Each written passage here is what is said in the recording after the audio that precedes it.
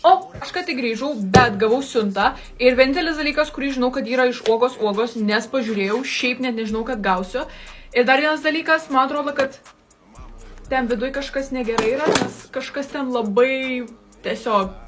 Bet vienu žodžiu, atidarykim kartu, nes aš literaliai neturiu idėjos, kas čia galėtų būti. Aš mačiau, kad jie išleido naujų produktų ir labai būtų įdomu ir faina, jeigu ten būtent būtų nauji produktai. Ir įvertinsit, ar ten labai jau blogai. O, čia nieko nesimė. Ok, guys, 1, 2, 3.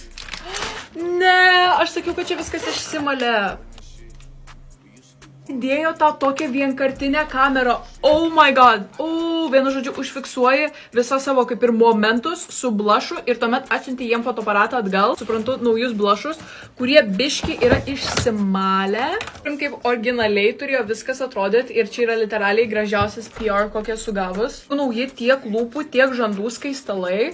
Visų pirma, šitų produktų pačios pakuotės, jūs pažiūrėkit, yra metalinės ir labai kokybiškos ir yra įvairiausių spalvų. Pavyzdžiui, čia yra spalva apricot, spalva nude, insane graži šita, blooming, flirty, posh, turavimą, kurios spalva yra soft shade. O, nufotkinu. Gerai, čia yra tiesiog insane ir aš labai norėsiu būtent panaudoti šitą kamerą.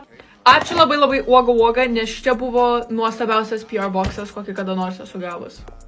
Ir aišku, laukite apžvalgos produktų.